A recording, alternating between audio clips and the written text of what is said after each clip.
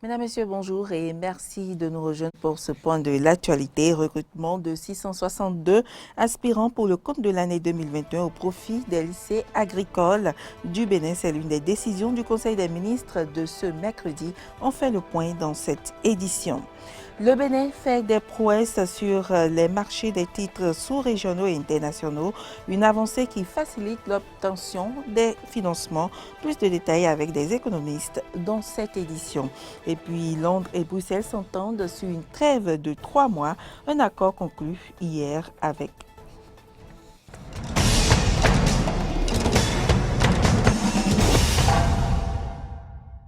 Bienvenue à toutes et à tous. En Conseil des ministres, ce mercredi, les membres du gouvernement ont décidé du recrutement de 662 aspirants pour le compte de l'année 2021 au profit des lycées agricoles du Bénin.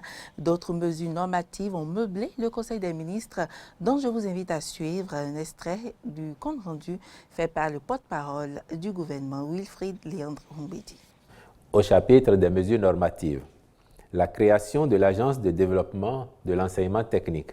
Cette agence, nécessitée par la mise en œuvre de la stratégie nationale de l'enseignement et la formation technique et professionnelle, aura pour objectif global de coordonner la réalisation des études, la mise en place d'infrastructures et des équipements de formation adéquats, conduire l'élaboration des programmes de formation adaptés aux besoins du marché du travail, la formation des enseignants formateurs de qualité, accompagner l'institutionnalisation d'une gouvernance du secteur de l'enseignement et la formation technique et professionnelle pouvant permettre d'assurer une formation de qualité aux jeunes béninois, garantissant ainsi leur employabilité.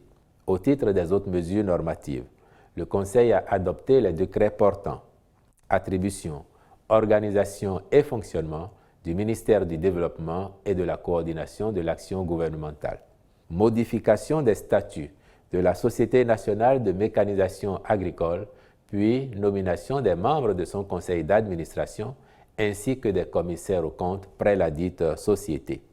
Approbation des statuts de l'Agence de développement de l'enseignement technique et nomination des membres du conseil d'administration, de même que des commissaires aux comptes près la dite agence.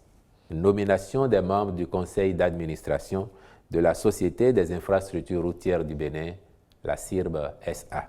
Au chapitre des communications, nous avons en point 1 le recrutement de 662 aspirants pour la formation d'enseignants au profit des lycées techniques agricoles. Dans le cadre de la mise en œuvre de la stratégie nationale de l'enseignement et la formation technique et professionnelle, il est prévu la construction et la réhabilitation d'une trentaine de lycées techniques agricoles d'ici à 2023. Ces établissements serviront notamment à former des exploitants agricoles de type nouveau.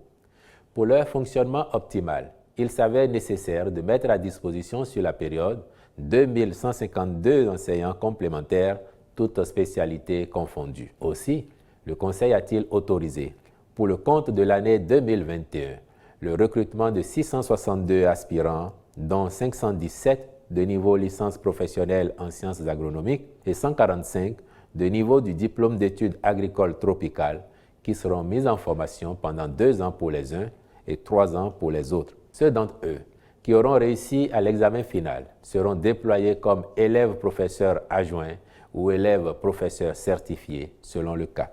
En point 3, nous avons le résultat de l'appel à concurrence pour l'attribution d'une 3e licence d'établissement et d'exploitation d'un réseau de communication électronique mobile.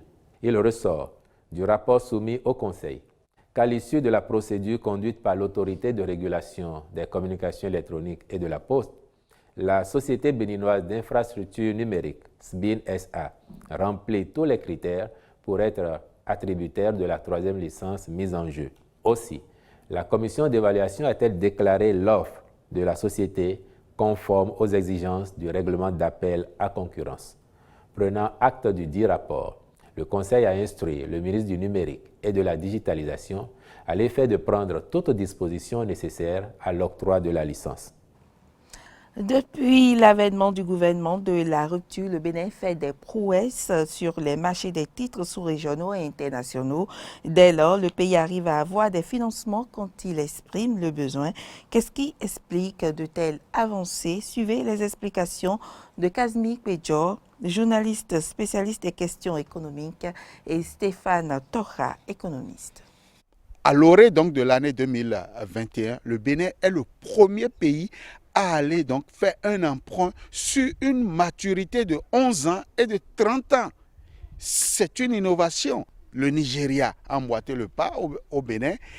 Des pays comme le Ghana, le Niger sont aujourd'hui en train d'aller à l'école. Et le Bénin est devenu l'expert en termes donc des taux les plus bas, des coupons les plus bas sur le marché international. On l'a vu aussi depuis le 17 juin dernier, où le Bénin est allé sur le marché domestique proposer 5,25% contre 6,10%. Mais c'est un avantage qui doit tomber dans nos paniers respectifs à la maison. Que chaque Béninois aujourd'hui puisse donc prendre ces performances-là, puisse donc prendre la balle au rebond et aller sur ces marchés-là pour pouvoir offrir le meilleur donc, en termes de prestations, en termes donc, de services, de plus-value, que nous commencions donc par développer cela. Qu'est-ce que je veux dire en le disant? Que les entreprises commencent donc par aller sur le marché pour demander donc le financement nécessaire pour pouvoir installer des industries. Et à chaque fois que le Bénin postule, demande des soutiens financiers sur les marchés des titres, le Bénin recueille au-delà de ce qu'il a demandé. Ce qui prouve que le Bénin a une garantie que les gens approuvent, ce qui rassure de la bonne santé de l'économie béninoise. Qu'est-ce qui fait qu'à chaque fois que le Bénin se présente sur le marché financier, il recueille au-delà de sa demande. On va partir du rebasage. Lorsque le Bénin a proposé et a soumis au niveau du Fonds monétaire international la nouvelle base sur laquelle il faut voir les performances, mais cette rebasage est passé. Et c'est une prouesse, puisque aucune nation n'a proposé une telle réforme. Déjà, ça fait un. Secondo, lorsque cette performance est réalisée par le Bénin, ça l'a propulsé de pays pauvres au rang de pays à revenus intermédiaires. Une prouesse que nous n'avons jamais eue jusque-là. Et ce n'est pas fini. Lorsque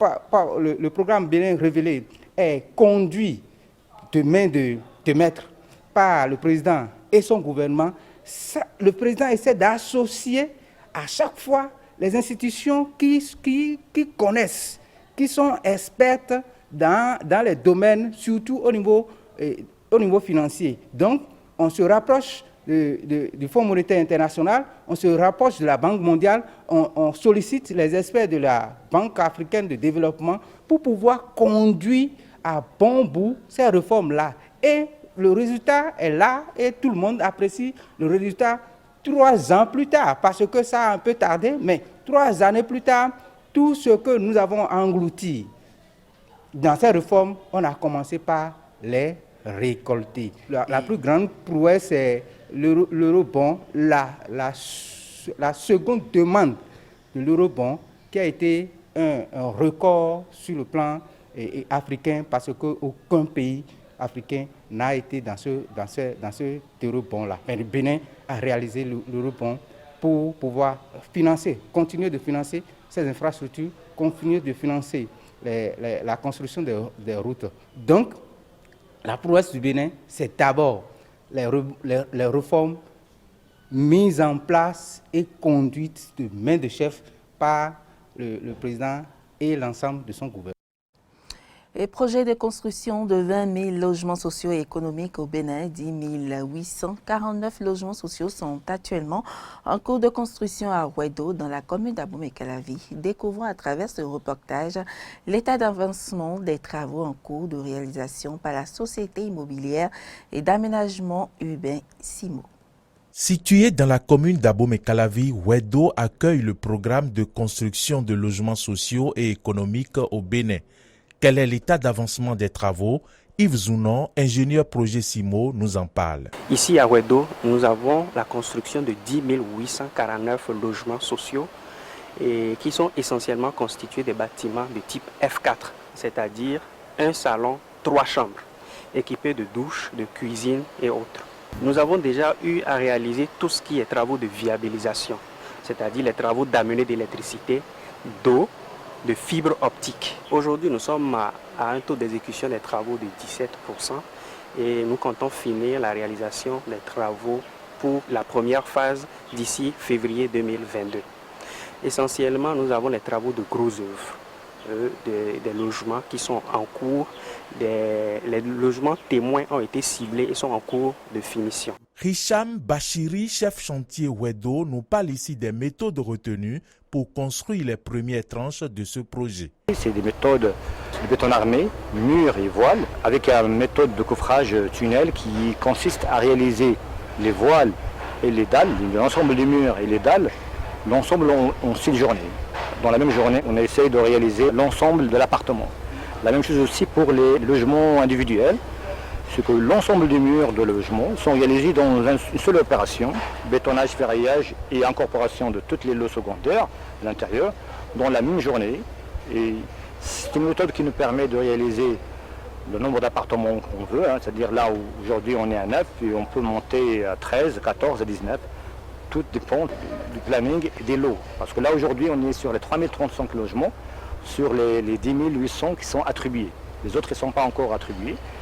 Pour les 3035 logements, on est là à peu près réalisé déjà 28%, c'est-à-dire de ces bâtiments, c'est-à-dire en gros œuvre, et que la finition n'a pas encore commencé, mais il va suivre, avec un rythme de 15 logements au jour. Wedo, la cité nouvelle, changera de visage après ces travaux, nous dira l'ingénieur projet CIMO. Au-delà des logements qui sont construits ici, il y a des équipements sociaux communautaires qui sont prévus. Je veux parler des supermarchés, je veux parler des églises, des mosquées, des écoles publiques et primaires et secondaires. Et nous avons aussi tout un espace paysager qui est aménagé. C'est-à-dire, je veux dire, il y aura des bancs publics, il y aura de la verdure, beaucoup de verdure. En tout cas, tout ce qu'il faut pour faire vivre une ville moderne. Ainsi, au terme des travaux, une ville moderne verra le jour au cœur de la commune d'Abomey-Calavi pour la satisfaction des populations. Et puis, Londres et Bruxelles s'entendent sur une trêve de 3 mois. Un accord conclu ce mercredi in extremis. Avec le Brexit, Londres s'est vu interdire la production de sa viande réfrigérée en direction de l'Irlande du Nord à partir de ce jeudi. Mais l'échéance est repoussée au mois de septembre. Le gouvernement britannique espère que cet accord devienne permanent. De son côté, l'Union européenne insiste sur le respect des conditions. Nous accédons à la demande du Royaume-Uni de prolonger de 3 mois la période de grâce pour le transport de viande réfrigérée de Grande-Bretagne vers l'Irlande du Nord jusqu'au 30 septembre de cette année. Toutefois, ce n'est pas un chèque en blanc. Cette solution est temporaire et est assortie de conditions strictes, ce qui signifie que le Royaume-Uni doit remplir des obligations claires.